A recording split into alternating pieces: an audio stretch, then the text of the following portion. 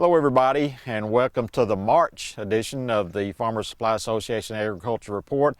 I'm Randy Klepechka, agronomist with Farmers Supply Association.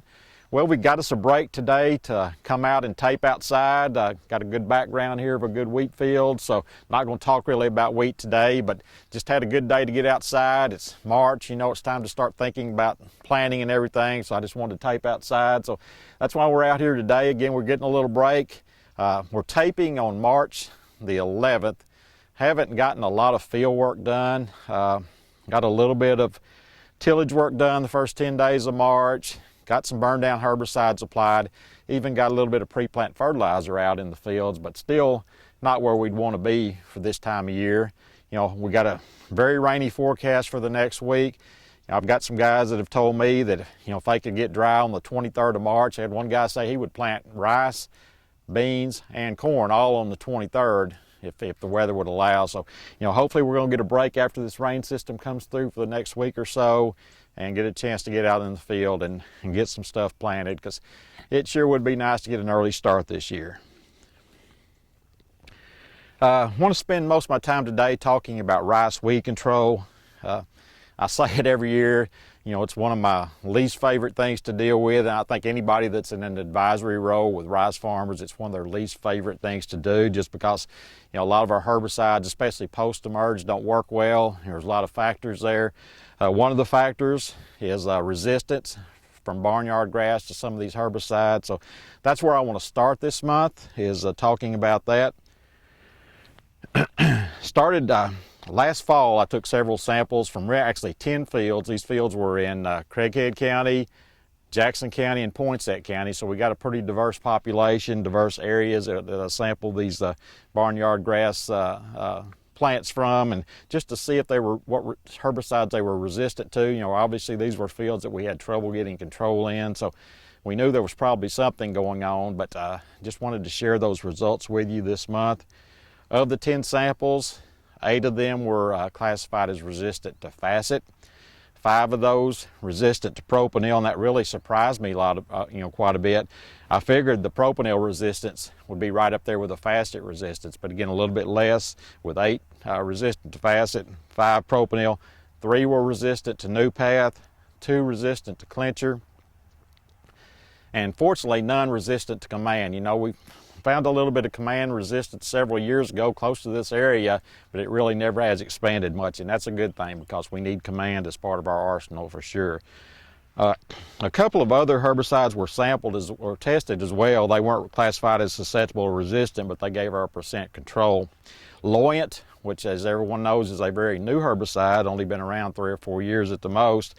5 of those samples of those 10 I sent in only were actually rated less than 50% control. So, you know, it's really unusual for newer herbicides like that to see that low of a rate of control. But, you know, we've had trouble with Loyant from the start. It really has not been a barnyard grass herbicide for us. It's been a herbicide that we use primarily for flat sedge and also for pigweed. So again, 5 of those 10 samples less than 50% control. On the good side, Roundup, we're really still getting good activity with Roundup on the samples that I sent off. The lowest percentage control was 84%. Most of them were in that 90 to 100% control range, so that's a good thing. So what do we do with this information? Well, I want to talk in a little more detail about barnyard control in rice now, barnyard grass control in rice. And you know, what we do with this information is we really try to do 2 things. We start clean, and we try to keep this barnyard grass from ever coming up. That's the key to control, starting clean and overlapping residuals. To start clean, there's really, you know, a couple of things that we can do. We either use burn down herbicides and control these things with a herbicide, or we use tillage to control them. That's the 2 things you need to do to start clean, so we got to do those 2 things. The situations we're in with burn down right now, of course, there's no barnyard grass up at this point. It's usually about April or so before our barnyard grass starts coming up. So at this point, we're really looking at winter weeds out there that we got to control with our burn down herbicides. We've got basically what I call the junk weeds out there. A lot of different winter broadleaf weeds, and also some bluegrass is pretty common out in these fields as well. So that's mainly what we're seeing out there right now. And we're also seeing and getting a lot of calls on. Most of my calls right now in regards to burn down are in regard to ryegrass control.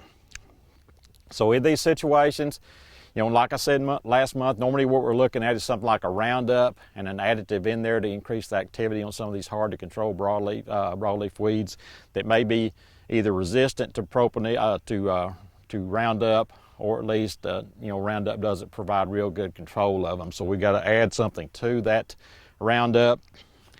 What we normally have used early in the year is something like a 2,4-D or a dicamba, but as we get into this time of the year, we got to worry about plant backs. So 2,4-D has a 21-day plant back before you can plant rice. Dicamba, a 22-day plant back. So we're getting really too late in the year to start adding these things to it, so we got to look at other alternatives. Another one, a newer herbicide that's good on mare's tail is Elevore, and it has a 14-day plant back. So again, we're about getting to the point where we can forget about those, so we got to look for things that don't have that plant back. And really we've got two herbicides that we can add to our Roundup or our primary burn down material to help with these weeds, and that would be First Shot, which has a 0-day plant back, and also Sharpen, obviously, which has a 0-day plant back as well. So that's kind of what we're going to turn to as we go from this time forward. Something like a Roundup First Shot or a Roundup Sharpen, something like that, and use that for our burn down application. One thing we need to remember with Sharpen, and we've kind of been dealing with this a little bit the last couple of years as our flat sedge populations continue to grow and are very difficult to control because of the ALS resistance. Sharpen gives us some pretty decent pre-emerge control of our flat sedges. So, I think if you have a flat sedge situation, you really need to be getting Sharpen in your pre-emerge program, whether it be added with the Roundup, or even better, just mix it with your Command right after planting. About 3 ounces of a Sharpen can give you quite a bit of help on your flat sedges, so that's very important there. Looking at that ryegrass situation again, getting a lot of calls on ryegrass out there. It gets tough to control with these sizes of ryegrass that we're seeing right now. Clethodim or Select or generic Select has kind of been our go-to earlier in the season, but we need to remember it has a 30-day plant back. A lot of people forget that. So we're about done with that for now as well, unless you're going to plant late. That'd be the only way you could use that anymore. So we're really looking at pretty much paraquat, or if you're not Roundup resistant, you can get some activity with Roundup as well. Roundup is not a good ryegrass material. Neither is paraquat. They're both rated about a 6, but they're going to be the best you can do. So if you haven't controlled that ryegrass yet, then it's going to be hard to control it with herbicides. So just do the best you can at this point. So that's number one, start clean. The other thing is overlap residuals. These are the same rules we use with pigweed control and soybeans. So basically we've got 4 residuals, and that's not counting our new path that we can use in the Clearfield situation. So we got Command, Facet, also Prowl and Bolero. So I think if I was a farmer, probably all 4 of those herbicides would be in my program. Overlapping residuals, I would definitely use at least 3 of them, and probably all 4 of them to really get the best situation. We've also got some premixes out there. Obey is a premix of Command and Facet. Rice 1 is a premix of Command and Prowl, so those are excellent parts of this program as well. So again, just incorporate as many of these as you can. Overlap them, get one right there, like a Command or a Command Facet out there right after planting. I like Command by itself. Some people like to mix the Facet with it at that point. I kind of like to save my Facet for a little bit later. And even if Facet, some people tell me that their Facet doesn't provide even pre-emerge control of barnyard grass. The university says it still does in most cases. But even if it doesn't provide good barnyard grass control, it gives you good signal grass control, crabgrass control, several broadleaves, the black seeds, and even flat sedge. And that's another thing that can help us on flat sedge is Facet. I just noticed that in the field last year. It's rated a 5 in the MP44. It's not great, but it'll give you another mode of action there, another thing that can give you some help on that flat sedge control. So keep that in mind as well. So again, just keep these herbicides, these residuals overlapped. When you get one out there and you get it incorporated with a rain, We'll be looking for the next opportunity to get one out there and get it incorporated by rain, and maybe even make a third one as well to keep these grasses, especially barnyard grass, from ever coming up, because it's a lot more difficult to control once it comes up. So, hopefully we're going to get some good weather and get planted early this year and get off to a good start and get off to a clean crop by starting clean and overlapping residuals. Until next month, this has been Randy Klepechka with your Farmers Supply Association Agriculture Report for March.